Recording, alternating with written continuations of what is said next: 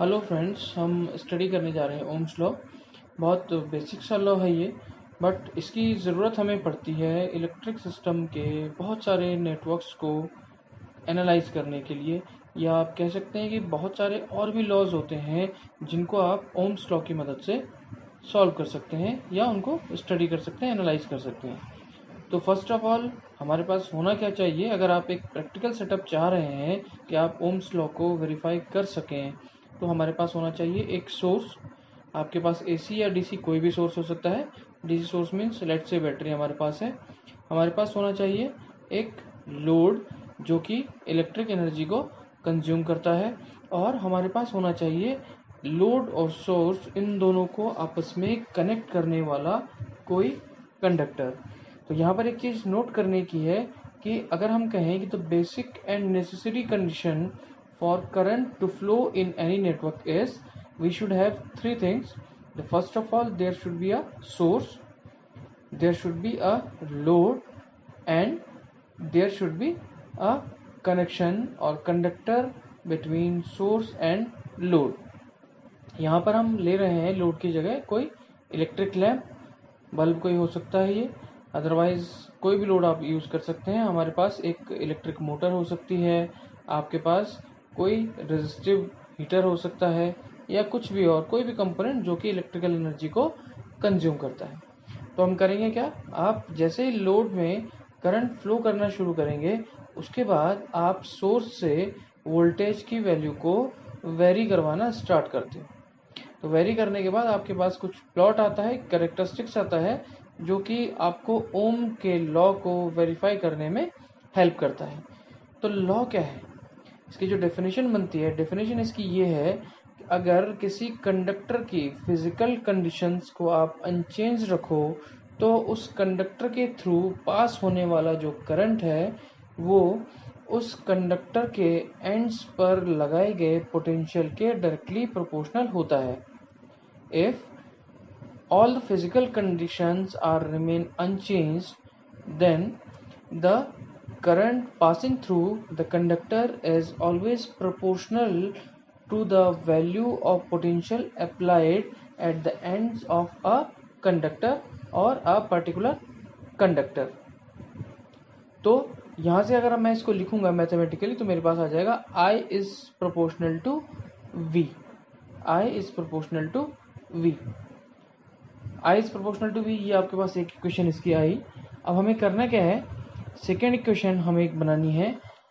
Second equation क्यों हमें बनानी है, क्योंकि हम जब प्रोपोर्शनलिटी सिंबल से आपने इसका लॉ तो बना दिया, लेकिन जब आप उसे मैथमेटिकली सॉल्व करेंगे तो वहाँ पर आपको प्रोपोर्शनल या किसी इनइक्वलिटी से यूज़ नहीं होगा, वहाँ पर आपको चाहिए होगी एक इक्वेशन।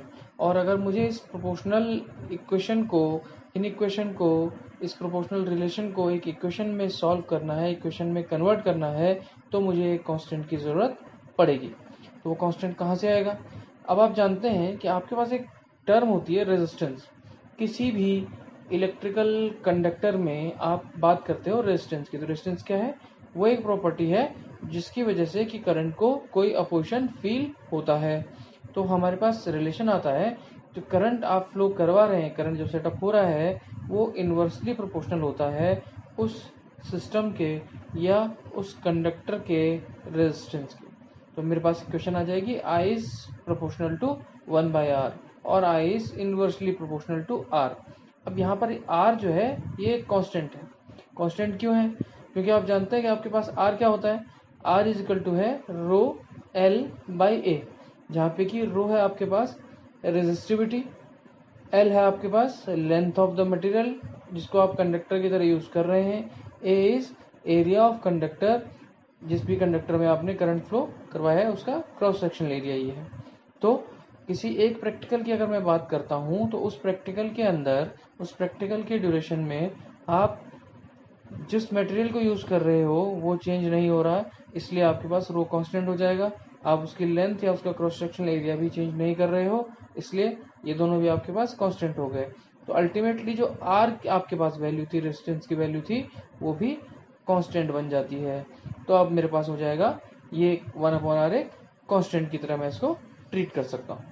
तो इन दोनों इक्वेशन को मैं आपस में जब कंबाइन करता हूँ, तो हमारे पास आ जाता है I is equal to V by R, I is equal to V by R. तो ये आपके पास एक इक्वेशन आ गई है जिसकी मदद से आप न्यूमेरिकल प्रॉब्लम्स को सॉल्व कर सकते हैं।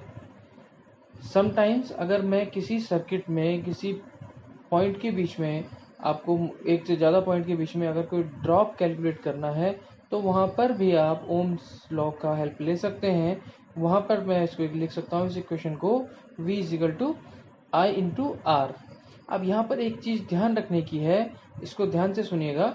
बहुत सारी जगहों पे आप पढ़ते हैं V is proportional to I, तो वहाँ पर इसका मतलब क्या बन जाएगा कि V को आपने ले रखा है एक डिपेंडेंट वेरिएबल और I को आपने लिया है इंडिपेंडेंट वेरिएबल, जबकि ऐसा नहीं होता। जब आप प्रैक्टिकल सेटअप करने जाते हैं तो प्रैक्टिकल सेटअप में हमारे पास होता क्या है कि पोटेंशियल आप पहले अप्लाई करेंगे, पोटेंशियल डिफरेंस की वजह से करंट फ्लो करता है सर्किट में। तो हम हमेशा इसको ऐसे ही पढ़ेंगे, I is proportional to V। इस तरीके से पढ़ना है, इसको सही रहेगा। अब हमारे पास क्या है, आप अगर इसको थोड़ा ढंग से देखें इस इक्वेशन को, तो आप देख सकते हैं कि y is equal to M X, ये एक लाइन की इक्वेशन थी जो हम बेसिक क्लासेस में पढ़ रहे थे। अभी हमारे पास इक्वेशन आ गई i is equal to V by R. y एक डिपेंडेंट वेरिएबल है, x इंडिपेंडेंट वेरिएबल है और m यहाँ पर कांस्टेंट है जो y और x इन दोनों को आपस में कोरिलेट कर रहा है, इन दोनों को कनेक्ट कर रहा है, मैथमेटिकली रिलेशन में बना रहा है। सिमिलरली दूसरे इक्वेशन को मैं पढ़ता हूँ तो वहाँ से मेरे पास आता है i is equal to V by R. तो यहाँ पर i है एक डिपेंडेंट वेरिएबल, v है इंडिपेंडेंट वेरिएबल और 1/r यहाँ पर एक कांस्टेंट लिया है जिसको आपने अभी थोड़ी देर पहले अभी डिस्कस किया। तो 1/r कांस्टेंट देने के बाद अब आपके पास यहाँ पर एक इक्वेशन बन गई। तो मैं इसको जब कंपेयर कर रहा हूँ y is equal to mx से, तो आप देख पा रहे हैं कि ये एक लीनियर इक्वेशन आपको मिल जाती है। तो इस लीनियर इक्वेशन को जब आप देखेंगे तो लीनियर इक्वेशन का जो हमारे पास ग्राफ आता है, लीनियर इक्वेशन का ग्राफ आपके पास हमेशा आता है स्ट्रेट लाइन के फॉर्म में। तो इस स्ट्रेट लाइन को जब आप देखते हैं, ये आपके पास ग्राफ बनेगा ओम्स लॉ का। अब आप देखिए रेड कलर से जो दिखाई गई है लाइन, ये इसका ग्राफ प्लॉट कर रहा है या कैरेक्टरिस्टिक्स बता रहा है। हॉरिजॉन्टल एक्सिस जो है आपकी, उस पे वोल्टेज को आपने अप्लाई किया, जबकि वर्टिकल एक्सिस पे हमने ड्रॉ किया है करंट को। अब आप यहाँ पर देख रहे हैं कि हायर रेजिस्टेंस और लोअर रेजिस्टेंस, दो पॉइंट यहाँ पे लिखे गए हैं। आपने देखा इक्वेशन आपके पास है i is equal to V by R और i is equal to 1/r into V. तो इस इक्वेशन से आप समझ सकते हैं अगर आपके पास r की वैल्यू ज़्यादा होगी तो ये जो रेड लाइन है आपकी स्ट्रेट लाइन है, ये इंक्लाइन हो जाएगी टुवर्ड्स द हॉरिजॉन्टल एक्सिस, यानी कि v एक्सिस वोल्टेज की एक्सिस के अलोंग ये इंक्लाइन हो जाएगी। जबकि अगर मैं रेजिस्टेंस की वैल्यू को लोअर लेता हूँ तो ये वोल्टेज की एक्सिस से अवे चला जाएगा करंट की एक्सिस के पास। आपके पास इस रेड कलर की जो लाइन को आपने दिखा रखा है, ये लाइन वहाँ पर पहुँच जाएगी, वहाँ पर ये ड्रॉ होने लग जाएगी। तो आप देख रहे हैं कि अगर आप ओम के लॉ का वेरिफिकेशन कर रहे हैं या आप कोई ओमिक सर्किट का ग्राफ बना रहे हैं, कैरेक्टरिस्टिक्स बना रहे हैं करंट और वोल्टेज के बीच में, तो वो एक स्ट्रेट लाइन आपको मिलती है। तो एक और पॉइंट आप यहाँ पर सीखेंगे, एक और पॉइंट आप यहाँ से ध्यान रखिए कि हमारे पास एक टर्म आती है लीनियर सर्किट। तो लीनियर सर्किट वो सारे सर्किट्स हैं जो ओम्स लॉ को फॉलो करते हैं। इनको आप ओमिक सर्किट भी कई बार बोल देते हैं। ओमिक सर्किट या लीनियर सर्किट ये एक ही चीज़ है। तो लीनियर सर्किट या ओमिक सर्किट बनाने के लिए हम जो कंपोनेंट यूज़ करते हैं, कंपोनेंट आप जो चूज़ करते हैं, वो आपके पास होते हैं RLC कंपोनेंट्स।